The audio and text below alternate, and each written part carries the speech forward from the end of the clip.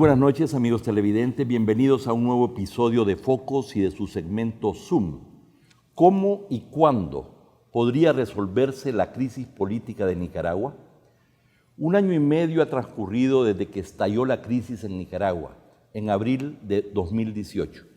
El informe de la Comisión Interamericana de Derechos Humanos afirmó que la acción represiva del Estado ha producido al menos 328 personas muertas, 1.337 heridos y 507 privados de libertad. En su Asamblea General de Medellín, el 28 de junio pasado, la OEA decidió crear una comisión para realizar gestiones diplomáticas al más alto nivel para procurar una solución efectiva y pacífica a la crisis política y social en Nicaragua y que rinda un informe en un plazo máximo de 75 días, señalando que en Nicaragua falta avanzar en reformas electorales que garanticen elecciones libres, justas, transparentes y legítimas. Dicho plazo vence el próximo 12 de noviembre, en que 6 meses habrán transcurrido desde que la delegación del gobierno se retiró de la mesa de diálogo. Mientras tanto, la crisis económica y política se prolonga sin perspectiva de una mediación y acuerdo que conduzca a dichas elecciones con la participación de la oposición. Para analizar la situación actual de Nicaragua y explorar los caminos que pudieran conducir a resolver la crisis política, me acompañan esta noche 2 prominentes líderes de la oposición nicaragüense. Violeta Granera, miembro del Consejo Político de la Unidad Nacional Azul y Blanco, y Juan Sebastián Chamorro, director ejecutivo de la Alianza Cívica. Bienvenidos los dos. Gracias, Alberto. Es un gusto tenerlos en Focos por primera vez, aunque he tenido a varios compatriotas de ustedes en este programa, pero ya habían varios meses que no hablábamos de Nicaragua y esta es una excelente oportunidad para actualizarnos. Bueno, hubo varias reuniones de diálogo entre el gobierno y la oposición, mediadas por la Iglesia Católica, con observación de la OEA y el Vaticano. Produjeron 2 acuerdos, la libertad de los presos políticos y el fortalecimiento de los derechos y garantías ciudadanas. ¿Se han cumplido? No, Alberto. Los 2 acuerdos, el acuerdo primero de la liberación de todos los presos políticos que llegaron a totalizar 700, nunca antes en la historia había habido tantos presos políticos en la historia de Nicaragua, salieron una buena parte, pero todavía al día de hoy hay 130 presos políticos que todavía están siendo maltratados en las cárceles de la dictadura. Y los que salieron, no salieron en libertad, fueron excarcelados y muchos de ellos, yo diría que la mayoría, son en este momento acosados y perseguidos, tanto ellos como sus familiares, por fuerzas policiales y parapoliciales que no los dejan en paz. Muchos de ellos han tenido que dejar el país. Y el segundo acuerdo, que era de restitución de derechos ciudadanos, básicamente es donde el gobierno se comprometía a cumplir la constitución política y no lo ha cumplido. Entonces, podemos llegar a la conclusión de que el gobierno básicamente está en una posición de simplemente haber querido ganar el tiempo. Sin embargo, el tiempo se le está agotando por la crisis económica que se está ahondando también. Después de esas manifestaciones multitudinarias, ¿verdad?, que el país y la comunidad internacional presenció, se han reducido las manifestaciones y protestas y los asesinatos que vimos. Pareciera que la represión es más selectiva. ¿Hay una tensa calma en Nicaragua ahora?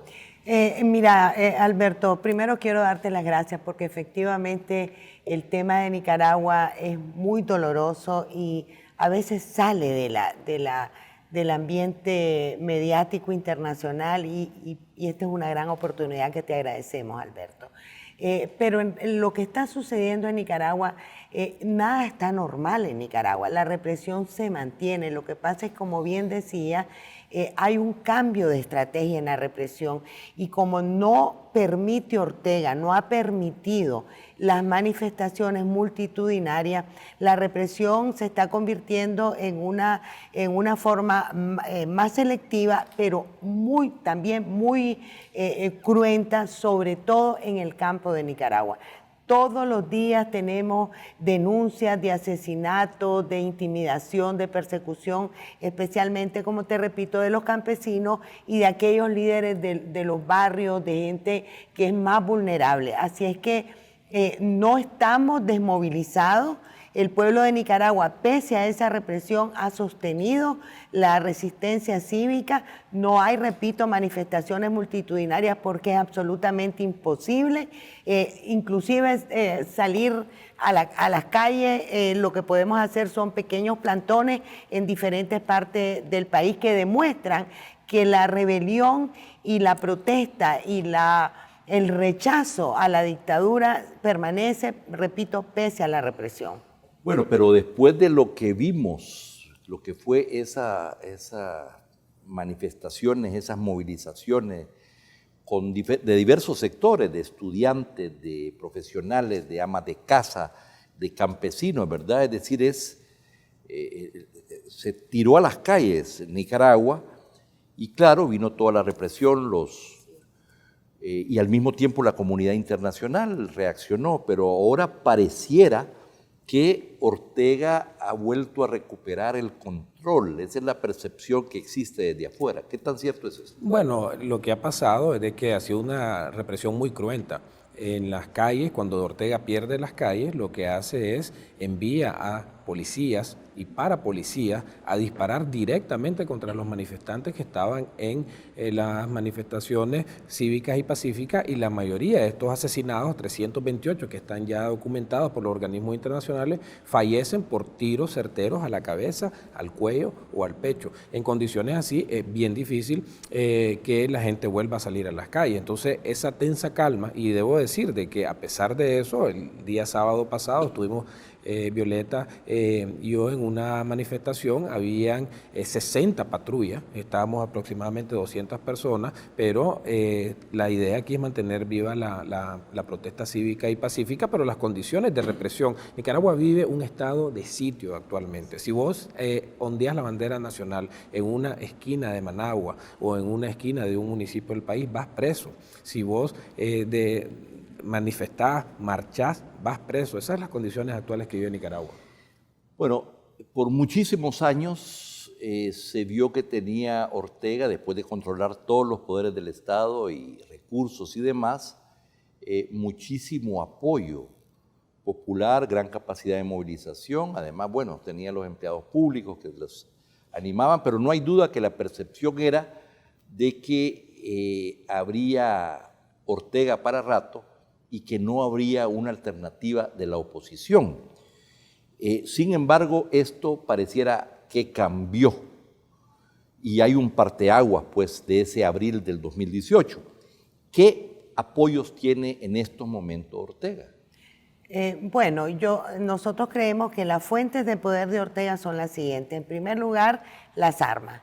Tiene el ejército y la policía totalmente subordinadas a su proyecto dictatorial y a la par de esto, él ha venido conformando un equipo de paramilitares que cada día se están profesionalizando más y organizando mejor. La mayor fuente de poder en este momento es la represión y el poder de las armas, pero también tiene el control sobre las instituciones del Estado. Y déjame decirte que en el tema del apoyo, digamos, popular, ha disminuido muchísimo y las encuestas lo muestran, ¿verdad? Pero también nosotros sabemos que hay mucha dificultad para conocer exactamente el nivel de desafecto que se tiene con Ortega, porque la gente tiene miedo inclusive de responder preguntas políticas. Y una acotación, Alberto, a lo que está diciendo Violeta, y es que Ortega nunca ha ganado una elección con la mayoría de los votos. La elección que ganó en el 2006 la ganó con 38%, nada más. Hizo una reforma, provocó con el pacto una reforma constitucional que bajó el mínimo para ir a segunda vuelta de 45 a 35 y ganó con 38 porque dividió el voto liberal, que sumando las dos facciones llegaban casi al 50%. Entonces no es tan cierto de que haya habido tanto movimiento popular alrededor del partido. Es un partido fuerte, evidentemente. ¿Qué dicen las encuestas en estos momentos? En las encuestas hay mucho miedo. hay mucho miedo porque básicamente la gente no quiere hablar de política. De hecho, en una encuesta de hace un par de años, incluso antes de la crisis de la POP, se le preguntaba al encuestado si hablaban de política y la gente decía que no por temor. Pero hay encuestas actuales que señalan de que ha perdido muchísimo apoyo y que la oposición estaría, dijéramos, arriba. ¿Eso se confirma? Eso se ha confirmado en algunas de las encuestas. Digamos, la mayoría de las encuestas lo ponen a Ortega debajo del 30% y las organizaciones opositoras arriba del 35% más o menos. Bien, estuve leyendo el último informe de FUNIDE sobre la situación económica. No hay duda que esta situación, esta crisis se profundiza, la caída del Producto Interno Bruto en términos reales fue de 3.8% en el 2018, 5.8% en el 2019 y hay proyecciones que en el 2020 caería 2.6% más. Estamos hablando de una caída de más del 10% del PIB real, que es mucho. Después de que las tasas de crecimiento promedio del 2013 al 2017 anduvieron por el orden del 4.8%. Caída de las exportaciones, de las importaciones, la inversión extranjera, el turismo, la cooperación externa pública, los depósitos se han reducido en 1.859 millones desde la crisis, es decir, 34% de caída. El crédito ha disminuido en 1.324 millones, 26%. Los asegurados en el Seguro Social son 173,000 menos. El desempleo abierto ha aumentado llegando a 7%, casi se ha doblado. La pobreza aumentó 9 puntos porcentuales, llegando a 30%, pero el análisis de FUNIDE dice que hay un 21% adicional de la población en posición vulnerable, que si siguen cayendo todos estos indicadores podrían precisamente sumarse o integrarse a esta línea de pobreza. Vamos a ver, la inversión privada está parada.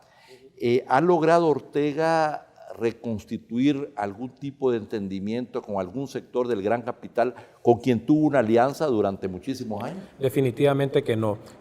Al ser responsable del asesinato de estas 328 personas confirmadas y que pueden ser más, seguramente es más, Ortega cruzó una línea roja y ahí se dio una ruptura total entre el sector privado y la dictadura. De hecho, ahora la dictadura está atacando diariamente al sector empresarial. Los datos que has presentado realmente muestran una situación de crisis de órdenes históricas. Esta es la peor crisis económica que estamos viendo desde las últimas 3 décadas. Pero Ortega usa el argumento de que el país estaba bien, que estaban creciendo, el país que más crecía en Centroamérica, a excepción de Panamá, pero cuando la oposición, ¿verdad?, azuzó a la gente para salir a las calles y armar los desórdenes, entonces eso es lo que llevó a las caídas de la inversión, de la producción, del empleo, del turismo,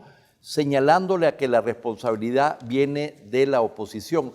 Mi pregunta es, ¿hay un sector de la población que ha reflexionado sobre esto y que coincide de alguna manera, aunque no sea mayoritario? ¿Qué piensan de esto? Mira, yo creo que en Nicaragua todos hemos podido leer, hacer una lectura correcta. Y la gran lección de lo que estamos viviendo es que no puede haber sostenibilidad en la economía si no tenemos democracias, que no hay y por lo tanto no hay forma de resolver estas dramáticas datos que has presentado de la situación económica mientras no resolvamos el problema político. Como decía Juan Sebastián, hay un parteaguas a partir de abril del año pasado, hay una conciencia total de que no podemos seguir engañándonos pensando que vamos a poder poder generar un crecimiento económico si no hacemos una apertura del sistema político. Y ese es el gran desafío y esa es la gran lección. Yo creo que la mayoría de los nicaragüenses al menos estamos clarísimos que ese binomio tiene que estar siempre firme, ¿no? Tiene que haber libertad económica, pero también tienen que haber libertades públicas. Si no se resuelve la crisis política, no hay manera de resolver la crisis económica, y sobre eso yo creo que hay un amplio consenso nacional y ciertamente internacional. Vamos a ir a un corte, ya regresamos.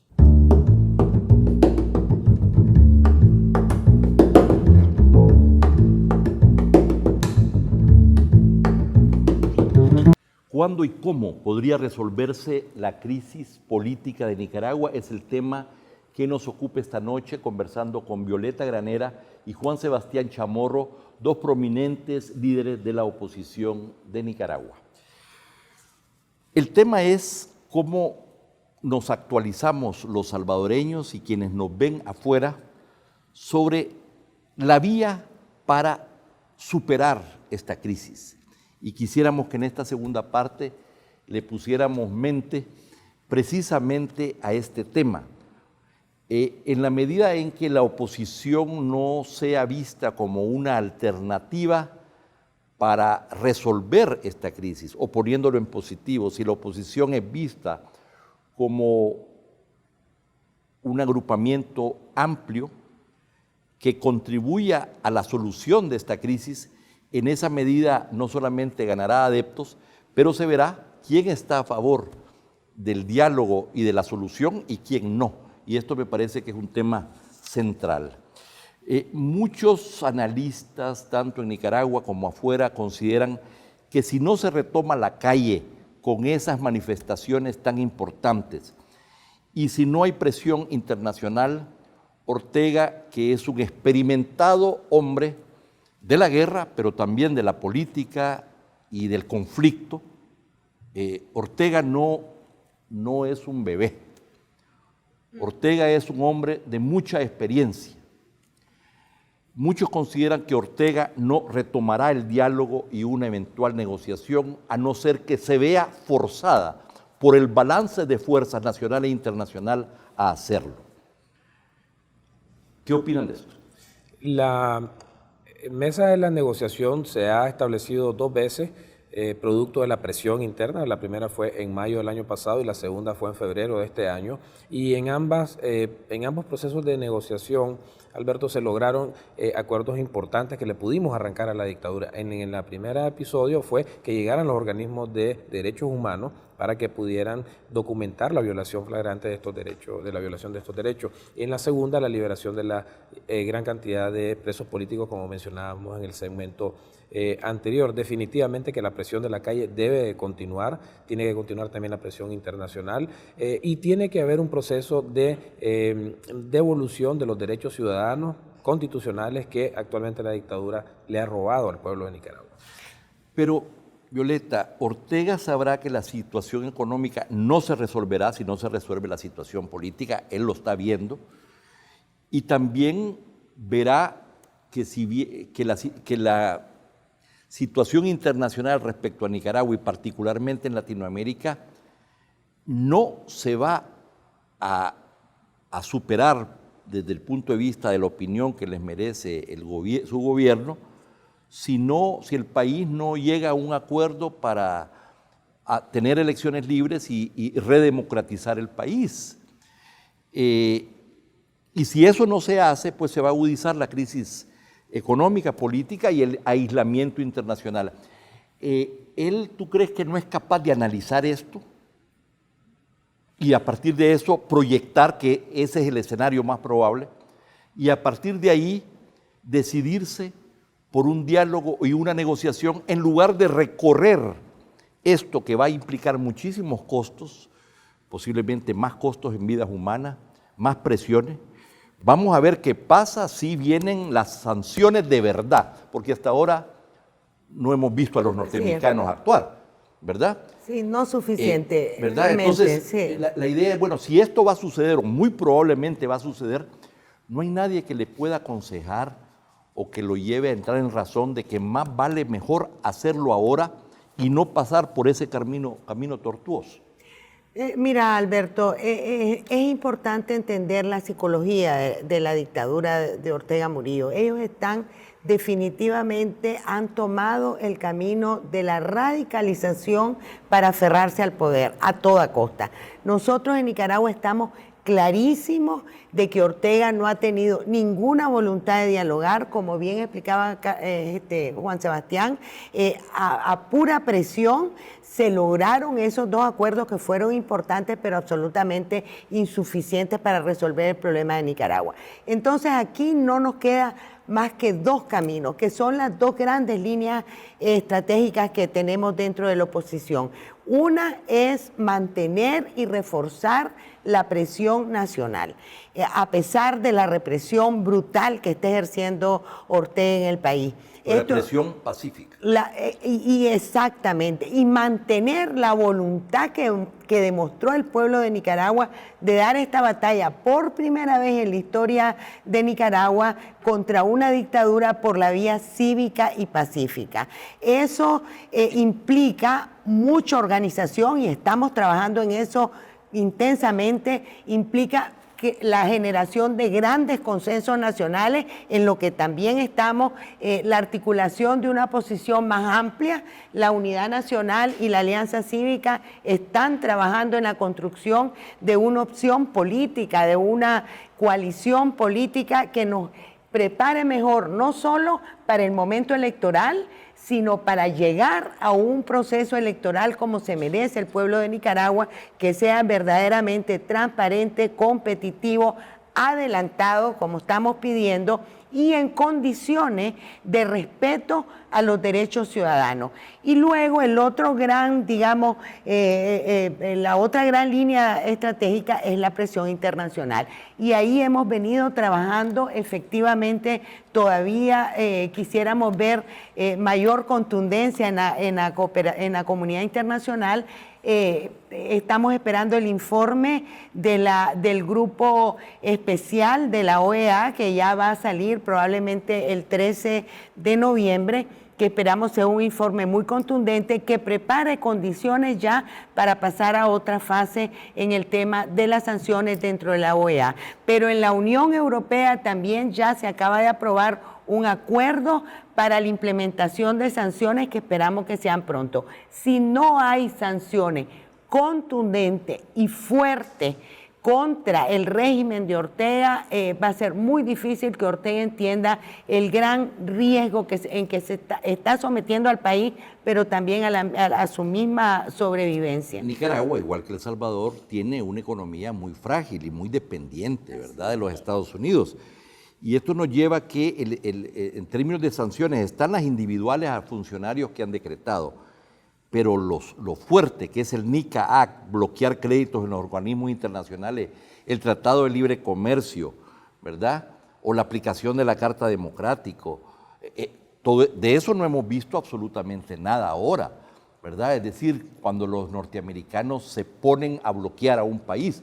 Yo desearía que eso no sucediera, porque podría ser muy costoso para Nicaragua. Pero si Ortega no da pasos, pareciera que vamos hacia eso. Yo creo que lo más importante acá es lo que mencionaba Violeta, la importancia de el cómo pensamos solucionar este problema a lo interno del país y también verlo al externo. En lo externo definitivamente creemos que las sanciones a los violadores de los derechos humanos debe de recrudecerse, tiene que señalizarse a todos estos violadores de derechos humanos. Las sanciones de órdenes más generales creemos que genera un costo adicional a la población, ¿verdad? Y en ese sentido preferimos las sanciones individuales. A lo interno, una cosa importantísima que tiene que haber es que Ortega es un experto en la división política, en tratar de echar a pelear a sus contrincantes, a sus opositores.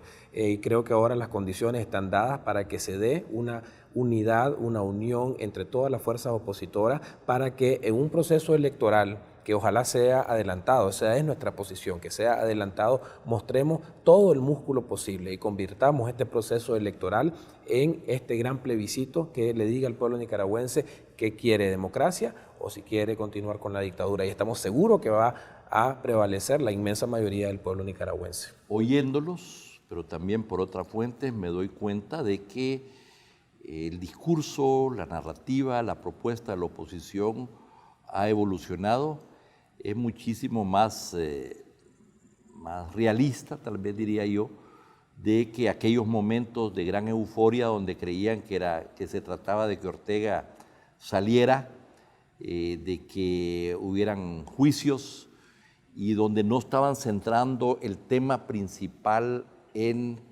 precisamente en la reforma política y electoral para crear condiciones para que las dos principales fuerzas se midieran en las urnas. Pareciera que ahora habría un consenso en los diferentes factores de la oposición para avanzar en esa línea.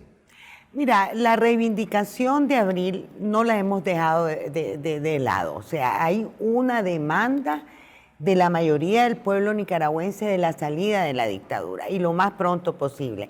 Pero reiterando que como hemos escogido, gracias a Dios, la vía cívica para esto, lógicamente todos hemos entendido que tenemos que tener fuerza para llevar a Ortega a un proceso de negociación para una salida electoral, que es la salida menos costosa para el país. Esto siempre sucede en los conflictos y depende también de los balances de fuerza o de las correlaciones de fuerzas nacionales e internacionales, que por supuesto también determinan las posiciones. Yo quisiera hacer referencia a algo que se ha venido diciendo, de que, bueno, a veces lo hemos experimentado, que Estados Unidos no tiene capacidad para atender dos crisis al mismo tiempo. Y se creía y se ha dicho de que primero iba a tratar de resolver la crisis venezolana para luego dedicarse a Nicaragua. Pues la crisis venezolana ni se ha resuelto. Una de las figuras, dijéramos, más agresivas de esa administración respecto a Venezuela, pero también a Nicaragua, era el secretario de Seguridad, John Bolton. Ahora él está fuera. Y básicamente Trump ha entrado en el proceso del impeachment y eventualmente en las elecciones presidenciales, si es que no sale condenado de lo primero. Frente a esta tesis, ¿cómo ven ustedes la situación de Nicaragua a nivel internacional? ¿Sienten de que sigue habiendo el mismo apoyo en sectores de la administración y ciertamente en el Congreso, en los países? Porque este es un tema donde el factor internacional es importante. Bueno, nosotros tuvimos precisamente una visita a Washington el mes pasado y hay varias lecciones aquí que se ha aprendido de Venezuela precisamente.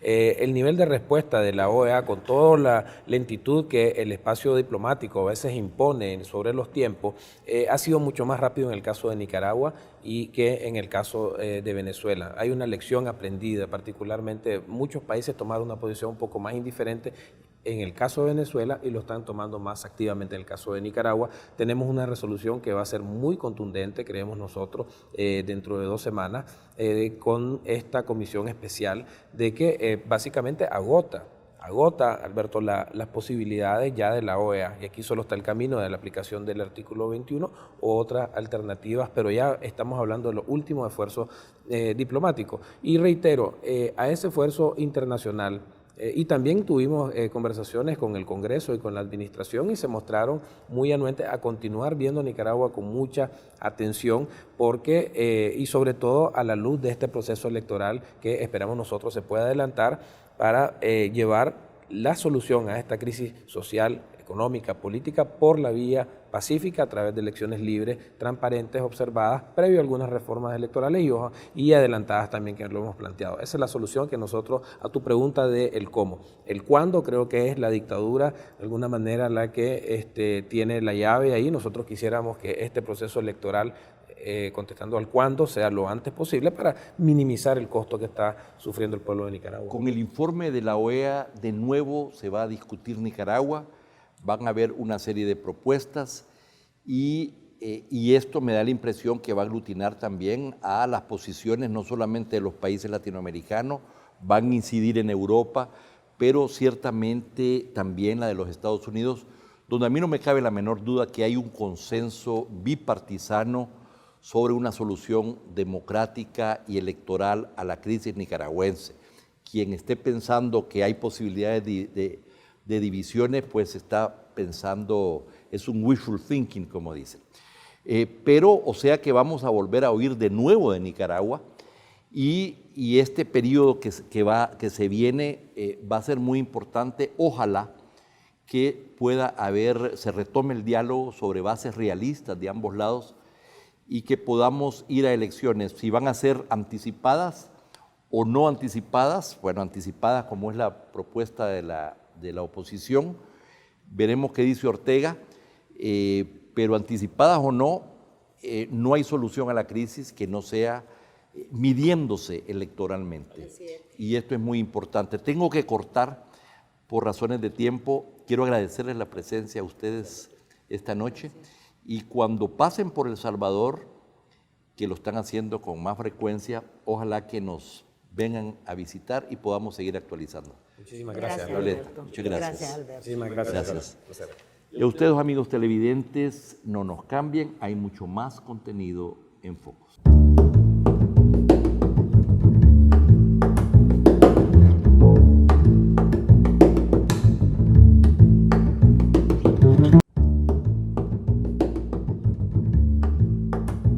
En la anterior edición de Prisma, presentamos cómo los eventos climáticos extremos ocurridos durante 2018 continúan impactando la vida de miles de agricultores de subsistencia del corredor seco de El Salvador. Estas familias enfrentan una crisis de seguridad alimentaria porque perdieron los cultivos que necesitan para sobrevivir, afirman organizaciones humanitarias. Hoy veremos cuál ha sido la respuesta del Estado salvadoreño ante esta emergencia. Veamos. En los últimos años, el cambio climático ha profundizado la incidencia de las canículas y los periodos de lluvia intensa en el corredor seco, dificultando la producción de alimentos para los agricultores de la región. Sí, los cambios han sido muy marcados, los cambios han sido radicales.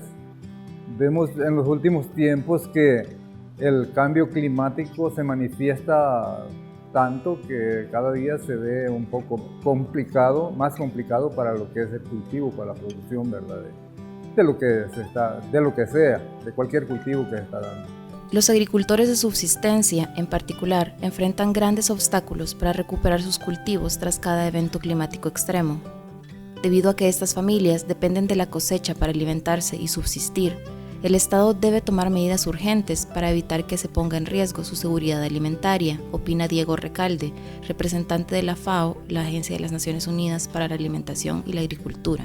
Mira, la situación de seguridad alimentaria en Corredor Seco siempre de una situación muy frágil, porque hay una recurrencia de la canícula prolongada que se dio en 2017-18 y tiene impactos hasta la fecha.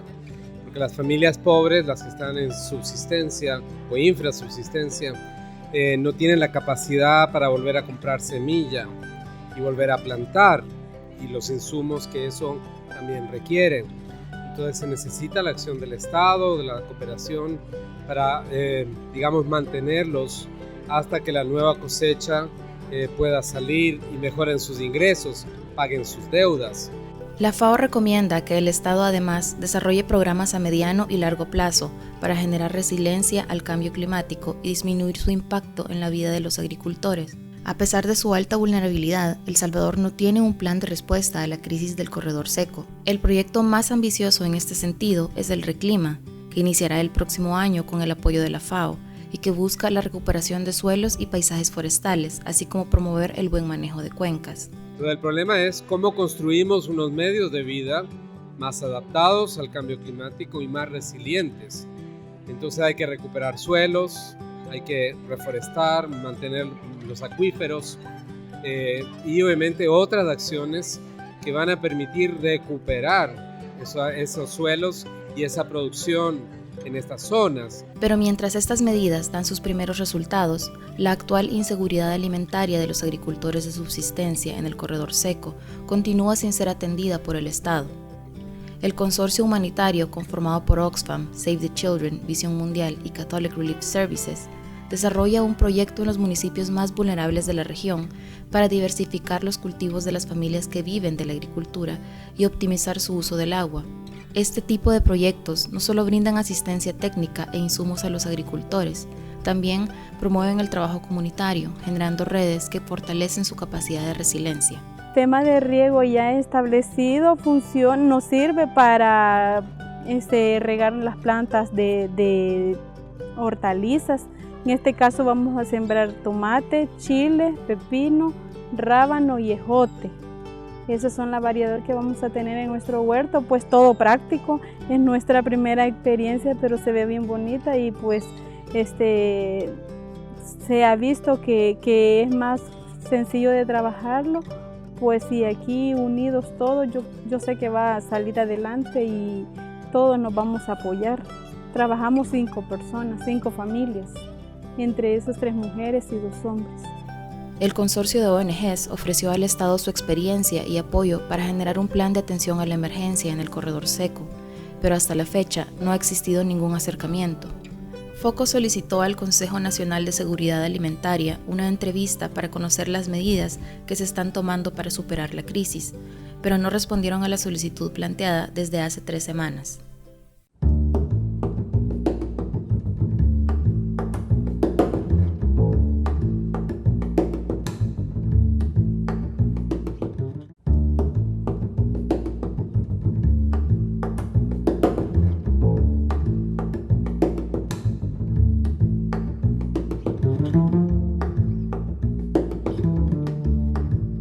Buenas noches, bienvenidos a una nueva entrevista en Matices. Esta noche estaremos abordando el tema del agua y el abastecimiento en el área metropolitana de San Salvador. Buenas noches, Karen. Buenas noches, gracias por acompañarnos en nuestra mesa de entrevista. Vamos a hacer algunos datos de contexto a esta entrevista y es que a finales de octubre ANDA anunció trabajos de mantenimiento de la planta potabilizadora del sistema Río Lempa Las Pavas. Al mismo tiempo, se anunciaron trabajos de mantenimiento para el sistema de agua potable de la zona norte. La institución, ANDA, ha prometido aliviar los problemas históricos de déficit de agua potable para muchas comunidades del Gran San Salvador. Y esta promesa de la administración Bukele se hace en un contexto de sostenido aumento y concentración de la población, específicamente en el área urbana de San Salvador. Más demandas de consumo, sobreexplotación y contaminación de los mantos acuíferos. También tenemos que tener en cuenta en este contexto los déficits históricos de planificación y ordenamiento territorial y un proyecto de ley general de agua en la Asamblea Legislativa que sigue estancado y acumula ya más de una década sin que se logren avances sustanciales en su discusión. Como lo hemos dicho, Karen, hoy analizamos el estado del abastecimiento del agua en el área metropolitana de San Salvador con Nelson Cuellar, director del Programa Regional de Investigación sobre Desarrollo y Medio Ambiente PRISMA, entidad que ha monitoreado con datos el estado del agua en el país. Bienvenido a nuestro programa, Nelson. Un gusto tenerlo aquí. Muchísimas gracias, muy buenas noches. Gracias por invitarnos a este tan esperado programa de los días domingos. Los felicito por el programa. Muchísimas gracias. Nosotros, como parte de la preparación de esta entrevista, Nelson, consultamos este estudio que yo tengo aquí ahora, Tendencias de abastecimiento de agua en el área metropolitana de San Salvador y desafíos de restauración ambiental en El Salvador. Hablando de este estudio que fue publicado en 2017, Prisma destaca que la creciente demanda de agua en el área metropolitana de San Salvador ha conducido a abastecerse de los recursos hídricos de otros territorios, por ejemplo, del sistema norte y del sistema Lempa Las Pavas, que están fuera, de hecho, del área metropolitana de San Salvador. Explíquenos por qué motivos el área metropolitana actualmente ya no logra abastecerse de agua con sus propios recursos. Excelente pregunta. Nosotros creo que hemos venido viendo de manera sistemática esta que es una de las principales vulnerabilidades que tiene la principal concentración de población del país, que es el área metropolitana de San Salvador. De hecho, este no es un problema nuevo, no es un problema reciente. Ya desde los años 70 del siglo pasado, incluso desde la década del 60, yo creo que vale la pena retroceder un poco. Ustedes no habían nacido todavía. Cuando se crea la ANDA en el año 62, a finales de la década de los 60, ya ANDA contaba con algunos estudios apoyados por la cooperación internacional, por ejemplo el PNUD, que daban cuenta de que para entonces San Salvador ya tenía problemas muy cercanos de abastecimiento de agua debido a la sobreexplotación de las fuentes subterráneas que para entonces bastaban para abastecer a San Salvador. Hay una serie de pozos y manantiales en la zona del Gran San Salvador que en conjunto se conocen como sistemas tradicionales y esa es la primera fuente de agua para abastecer a la población, la demanda de agua para fines industriales, comerciales, etc.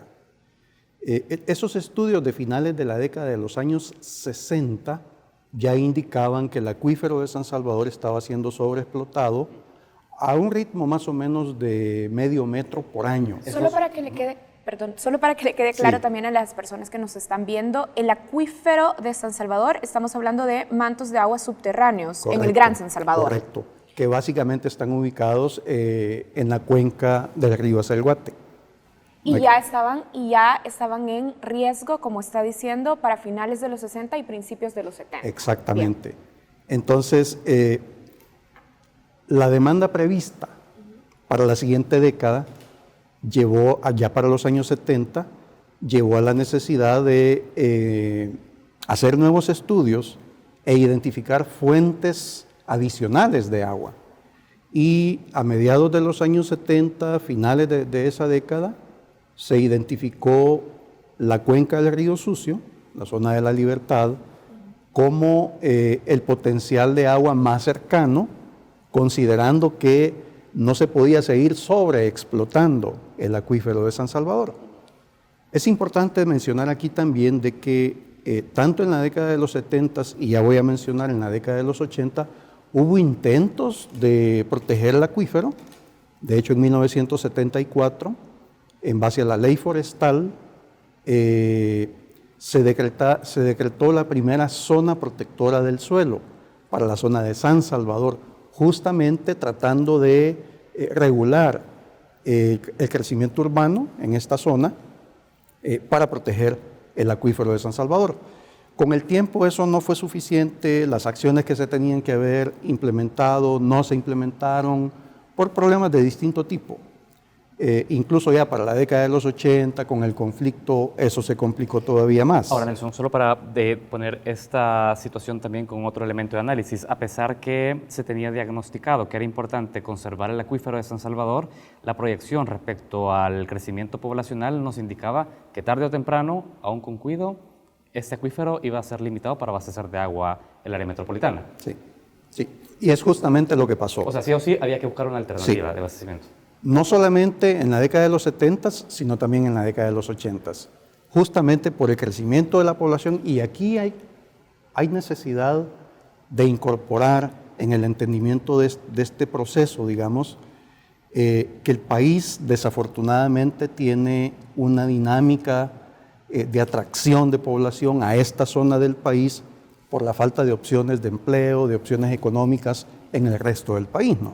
Entonces, esto tiene muchísimo que ver con la dinámica económica, con la concentración de las oportunidades de empleo en esta zona que además ha mostrado, digamos, un nivel de urbanización en relativamente poco tiempo. Entonces, con eso se dan dos procesos simultáneamente.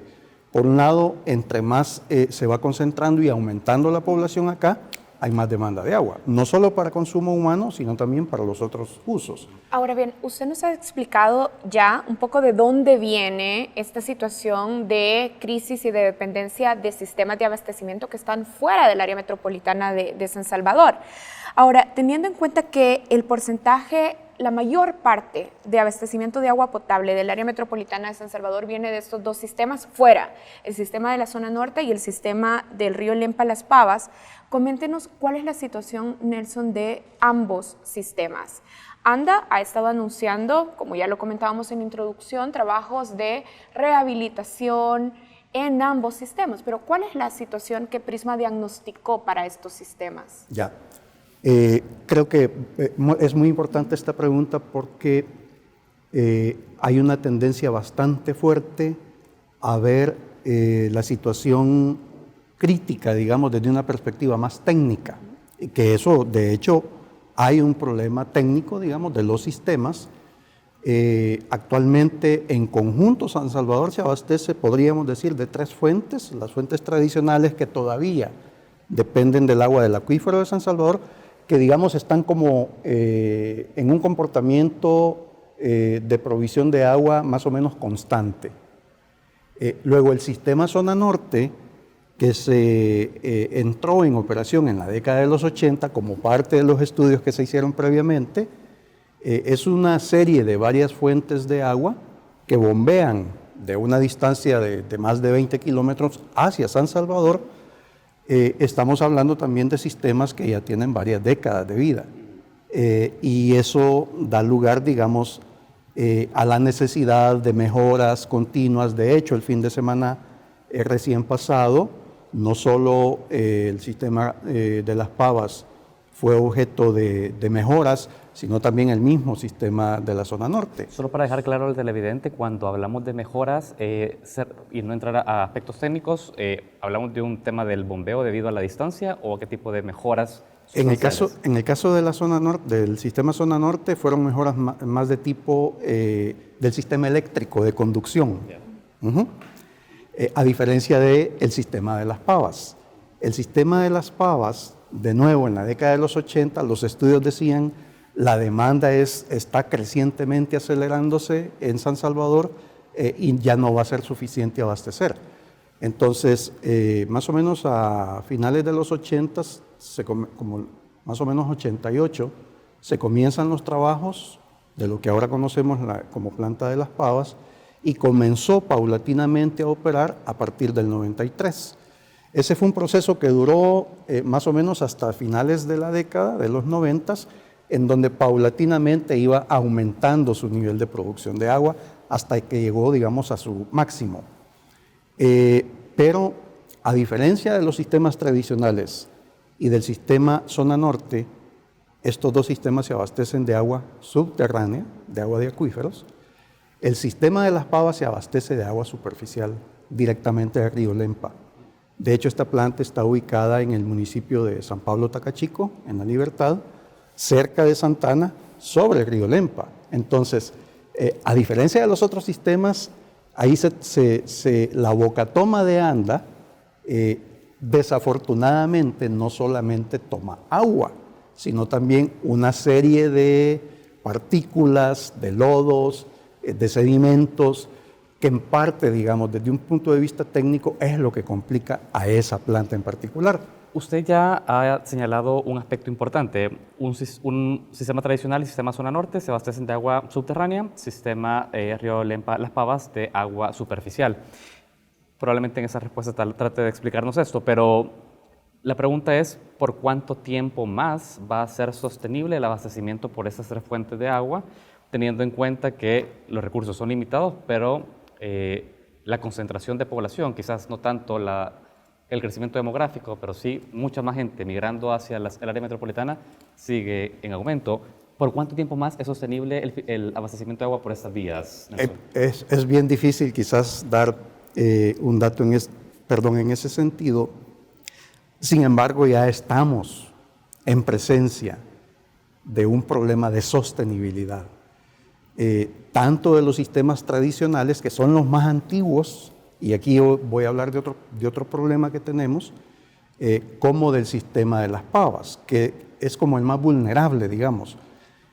Vale la pena decir de que de la bocatoma, de donde está ubicada la planta, donde se toma agua del río Lempa, lamentablemente este sistema no tomó en cuenta que ese punto de donde se toma el agua del río Lempa es influenciado por un territorio muchísimo más amplio, en donde están ocurriendo procesos de erosión, de sedimentación, cambios de uso de suelo, prácticas en la agricultura que contaminan el agua.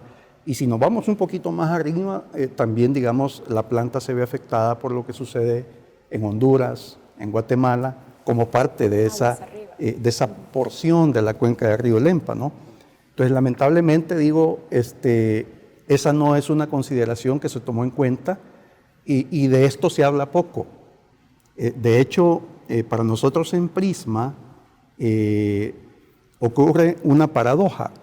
Cuando más agua hay en el río Lempa, que es en la época de lluvia, es cuando más problemas tiene la planta. Justamente por todo ese material que tiene que filtrar de alguna manera. Que tiene que filtrar. De hecho, uno de los anteriores presidentes de ANDA mencionaba públicamente, esto está en los periódicos allá por el año 16, 17, cuando también hubo una crisis parecida a esta, mencionaba de que ANDA se ve obligada en algunos días a no poder producir agua, porque es demasiada la turbidez, los lodos que llegan a la planta, que es casi que es imposible tratarla. Entonces, esto tiene que ver con la dinámica ambiental que hay en esa parte de la cuenca. Otro de los elementos del estudio del que hemos estado conversando dice esto: durante los últimos 25 años, la producción de agua potable a nivel nacional se ha duplicado.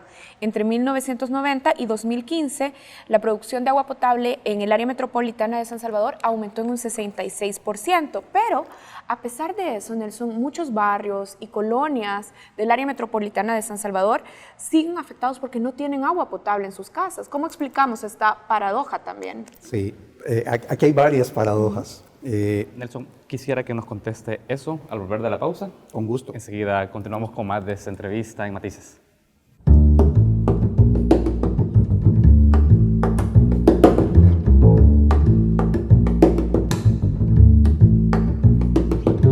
Estamos de regreso en la mesa de entrevista de Matices. Esta noche estamos conversando con Nelson Cuellar, director de Prisma. Antes de irnos a la pausa, dejábamos abierta una pregunta sobre una aparente paradoja.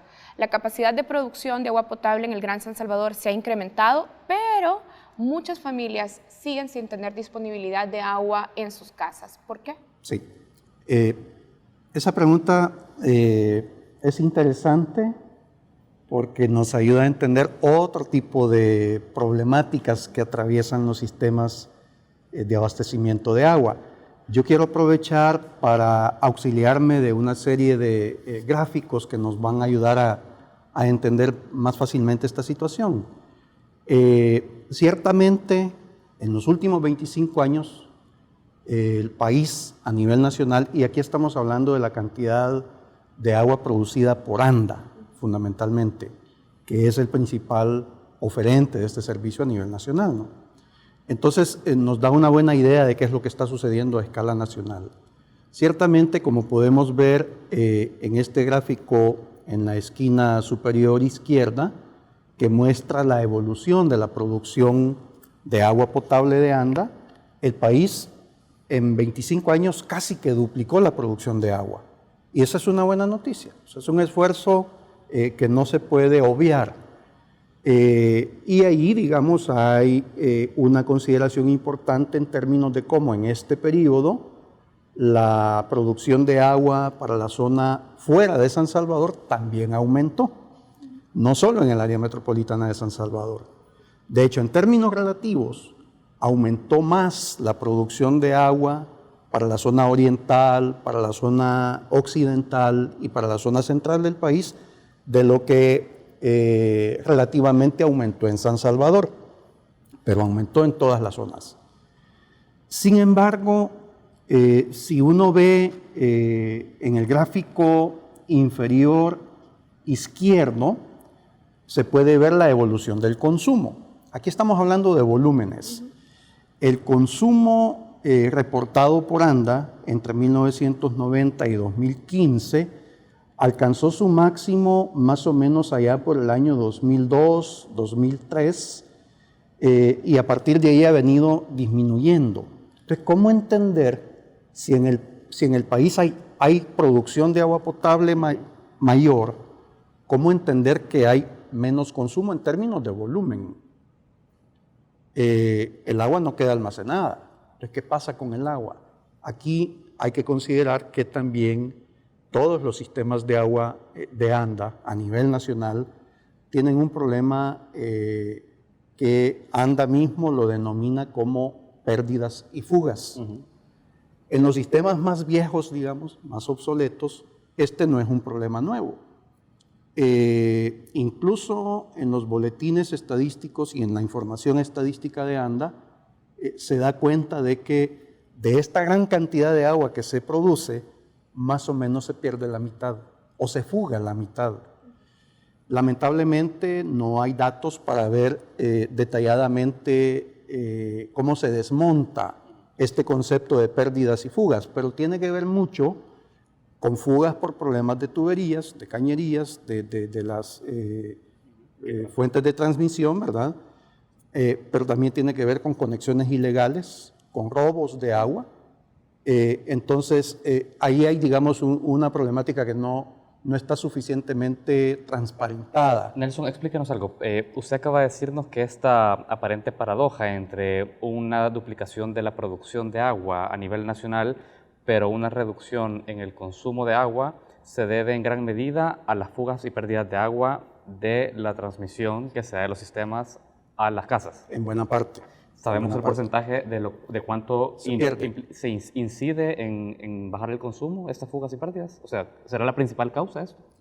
No sé si será la principal causa, pero es una muy importante.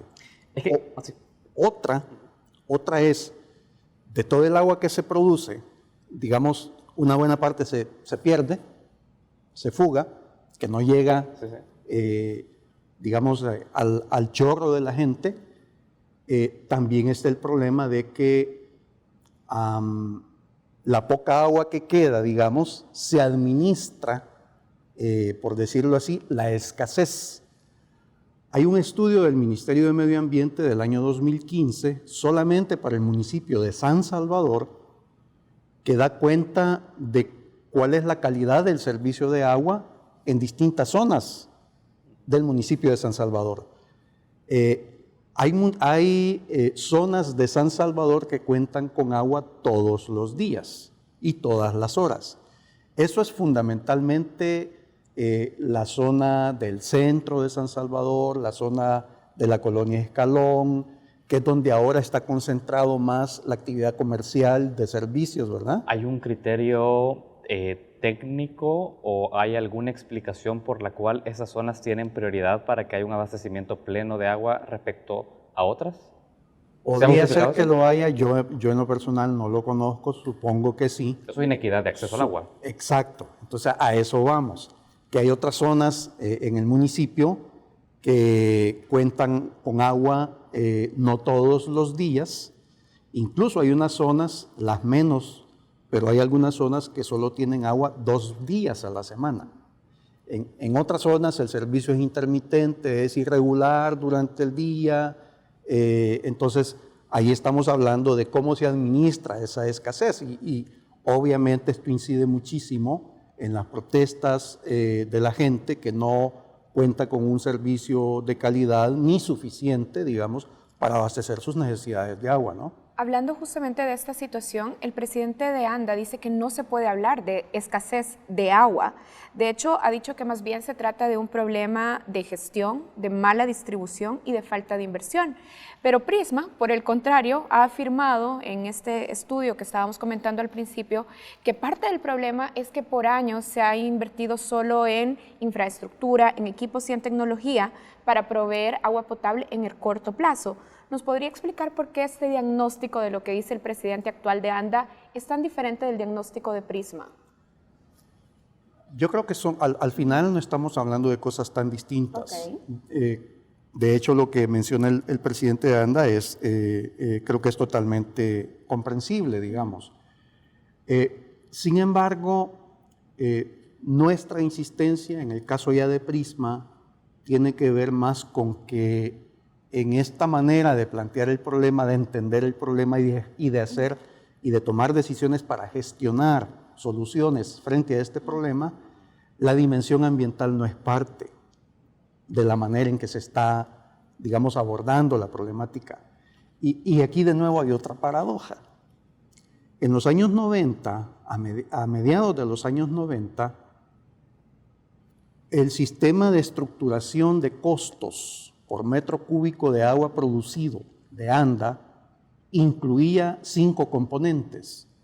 El componente de los costos por metro cúbico de agua referidos a a los salarios del personal de ANDA, ¿verdad? Que obviamente son parte de los costos. Costos vinculados con todo el esfuerzo de conducción del agua, ¿verdad? Que tiene que ver mucho con la factura energética de ANDA, que es enorme también. Los costos financieros de ANDA, de hecho han habido varios préstamos para financiar estos sistemas y obviamente la operación misma de ANDA. Había más bien otra categoría de otro tipo de costos que no están detalladamente definidas, y había una quinta, que es la que me interesa mencionar, que eran los costos de conservación de las fuentes de agua. A mediados de los 90, el sistema de facturación tomaba en cuenta los primeros 4, y en el caso de los costos de conservación de fuentes de agua para los sistemas era 0. O sea, ellos mismos a su inacción estaban condenando el futuro de la limitante de recursos. Pero digámoslo de otro modo, legalmente ANDA no estaba obligada entonces a realizar inversiones para el mantenimiento de las fuentes. Su ley no le obliga a eso. Tampoco existía Ministerio de Medio Ambiente. Entonces, ahora eso ha cambiado, yo creo que o sea, hoy se está sustentado por qué tenés que invertir en la sostenibilidad. Exactamente. Ahora yo creo que la población y todos los sectores entienden que también la problemática tiene que ver no solo con los problemas de infraestructura obsoleta, de equipos dañados, de tecnologías más o menos atrasadas. Yo creo que ahí hay muchísimo espacio para mejoras, pero la dimensión ambiental, sobre todo en el caso de la planta de Las Pavas, pero no únicamente esa, es un elemento fundamental. Solo para terminar en este punto, las áreas que abastecen de agua a los sistemas de la zona norte también están en un proceso de acelerada urbanización. Estamos hablando de la zona de Lourdes, Opico, Quesaltepeque, que son territorios en donde el proceso de urbanización ya se está dando como se dio hace varias décadas, ¿verdad? En esta zona del área metropolitana de San Salvador. Explícanos algo para cerrar el punto. Cuando usted habla de acciones para hacer sostenible las fuentes de agua, ¿de qué tipo de acciones hablamos? ¿Reforestación? Sabemos que hay tipo de manejo del suelo. ¿Qué tipo de acciones concretas en materia medioambiental son las que se esperan para hacer sostenible las fuentes de agua? Sí, excelente pregunta. Porque nos vamos a auxiliar de este mapa que nos muestra la ubicación en el territorio de los distintos sistemas que abastecen a San Salvador.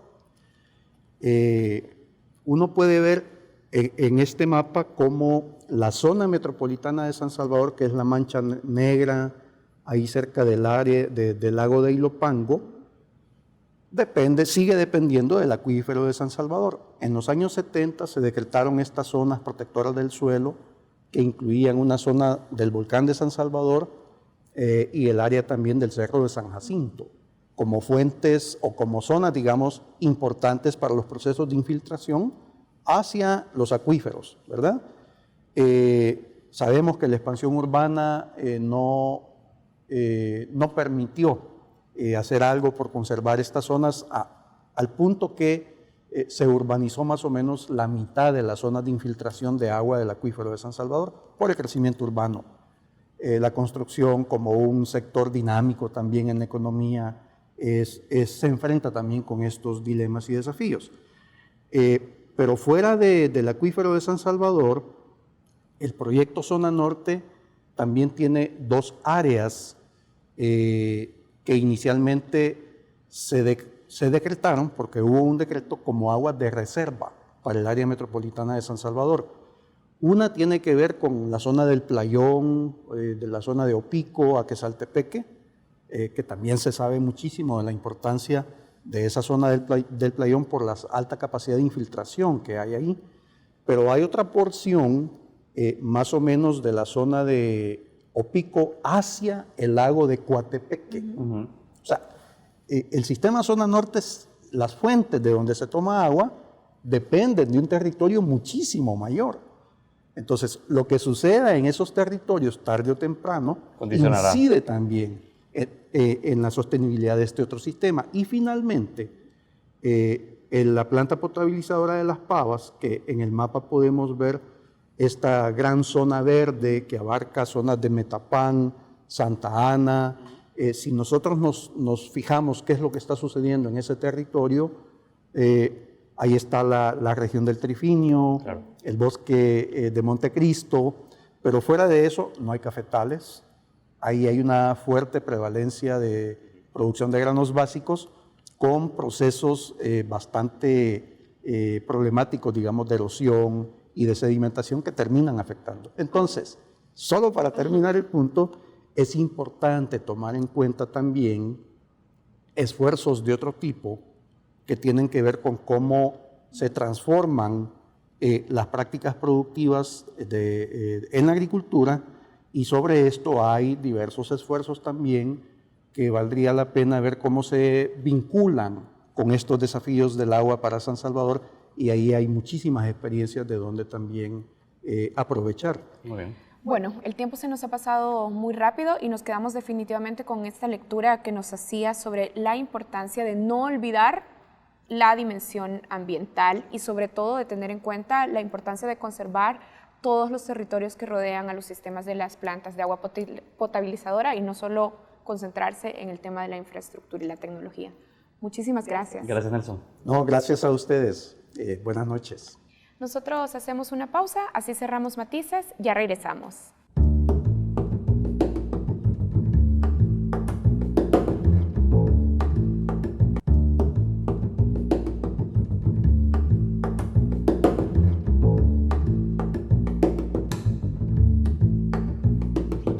Bienvenidos a Reflejos, el segmento de análisis internacional de Focos TV.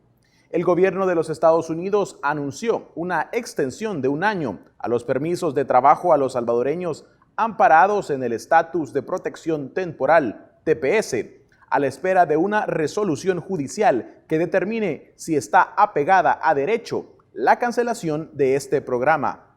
Sin embargo, el anuncio ha sido poco transparente y la estabilidad permanente de los tepecianos continúa en la incertidumbre.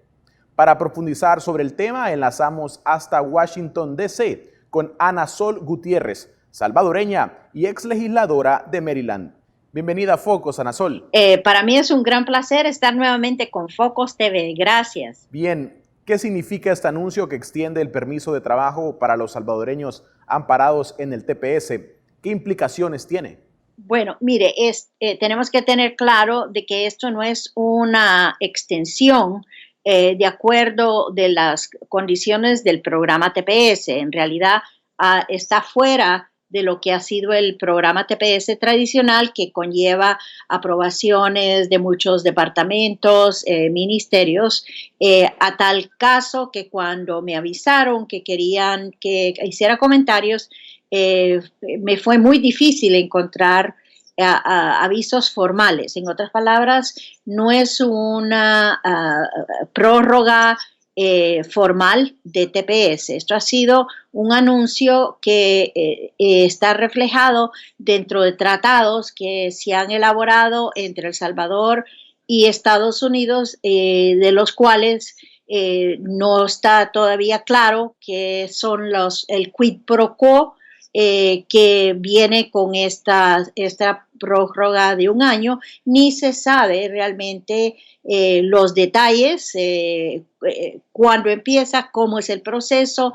No han habido avisos. UCIS dice que esto no se debe tomar como una prórroga, sino que sencillamente 1 año para prepararse para irse de Estados Unidos. Así es que es confuso y hasta ahora no se ha aclarado. Hay que seguir insistiendo de que se aclare mucho de los detalles, puesto que aunque es una linda noticia para tepecianos que han estado como mordiéndose las uñas sin saber qué es lo que va a ser la situación de ellos, la segunda pregunta que se hacen es: ¿ahora qué hago? ¿Qué hago con mi licencia a manejar? ¿Qué hago con mi permiso de trabajo?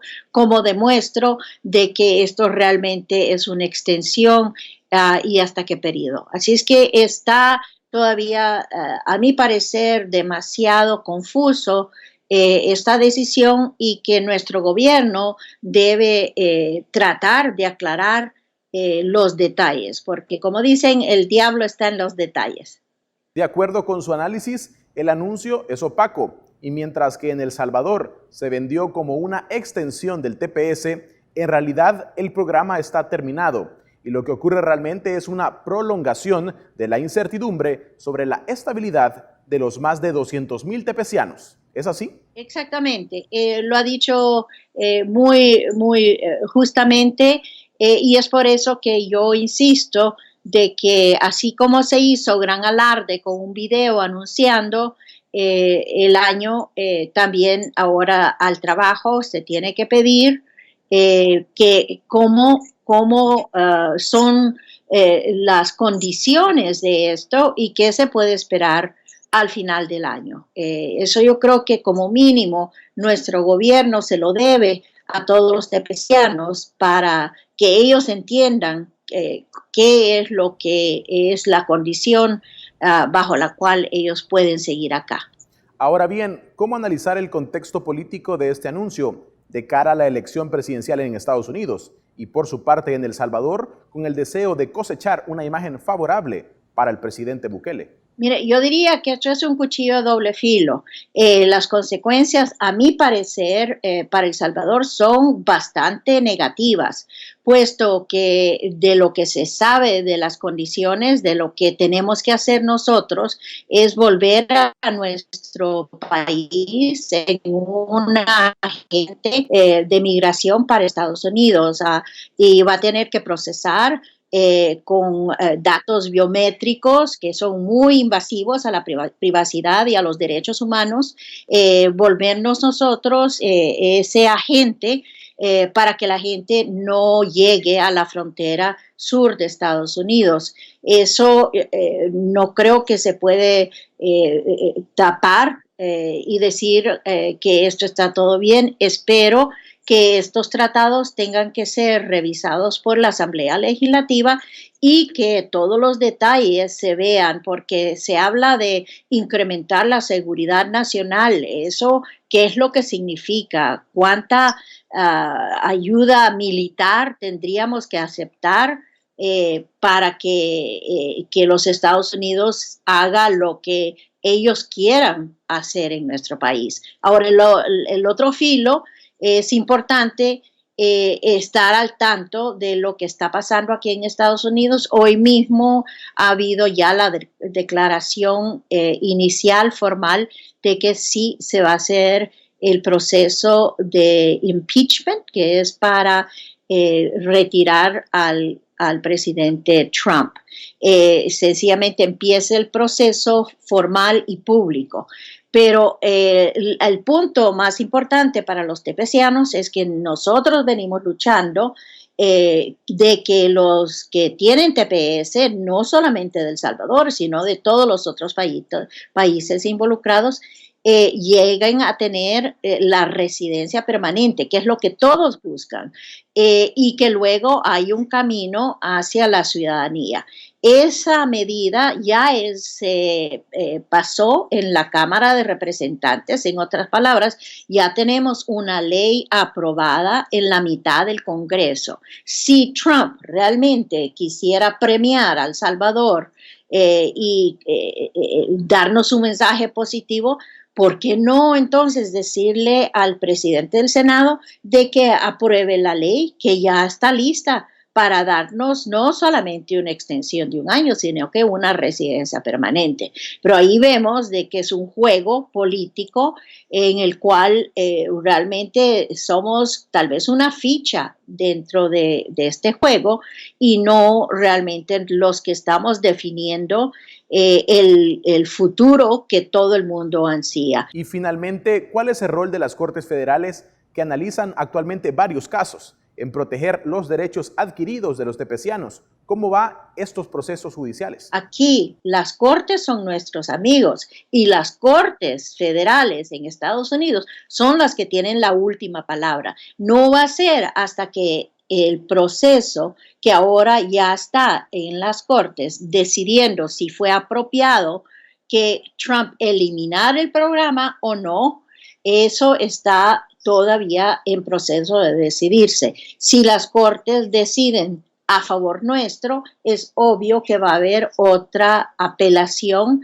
hasta llegar a la Corte Suprema. Eso va a tomar más de un año y hasta ese entonces toda persona con TPS va a seguir teniendo las protecciones, los derechos que vienen bajo el TPS, porque el programa TPS no puede ser eliminado o cambiado bajo ninguna motivación de la administración mientras esté en las cortes. Así es que lo que hay que ver es las cortes, no al embajador americano haciendo anuncios con el presidente de El Salvador.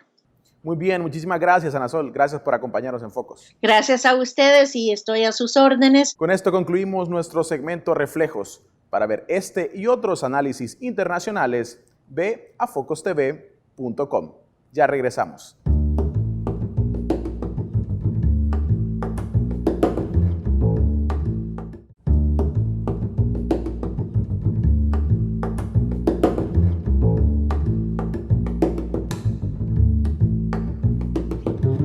Del 22 al 25 de octubre, Sao Paulo, Brasil, fue la sede del 12º encuentro de la Red de Sitios de Memoria Latinoamericanos, que aglutina a 42 sitios de memoria histórica. El Salvador fue representado por el Museo de la Palabra y la Imagen, el MUPI, a través de su director, Carlos Enríquez Consalvi, quien participó en debates sobre la política de memoria histórica en la región. Con esto cerramos Focos esta noche. Hasta la próxima. La Red de Sitios de Memoria Latinoamericanos y Caribeños, RESLAC, integrado por 42 iniciativas que incluyen museos, monumentos conmemorativos, sitios históricos, parques públicos e iniciativas de memoria histórica.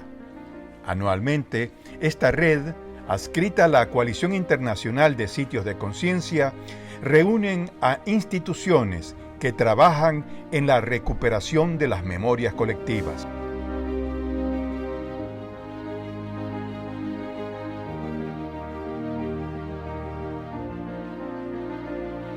Sobre este importante encuentro de la Red de Sitios de Memoria nos hablan Maurice Politi y Katia Filippini del Núcleo de Memoria de Brasil. Soy Maurice Politi de Brasil, São Paulo. Soy el director del Núcleo de Preservación de la Memoria Política y miembro de la Red Latinoamericana y Caribeña de Sitios de Memoria. Este encuentro que se hizo en São Paulo, que se está haciendo en São Paulo, es el 12º encuentro. Hace 12 años que nos reunimos todos los años en algún país distinto de nuestra América Latina y Caribe para discutir las políticas de memoria, los lugares de memoria, la importancia de la educación y la cultura en los desarrollos de los derechos humanos en el continente. La importancia es de estarmos con todos los compañeros de instituciones de América Latina y Caribe, y por ahora también de África, Serra Leoa y África do Sul, especialmente para hablar de temas que son recorrentes en todos nuestros países. Un otro punto que fue tratado es de las comisiones de la verdad, su importancia y cómo se hace, cómo hacer para se cobrar de los gobiernos que las indicaciones de los relatorios sean atendidas.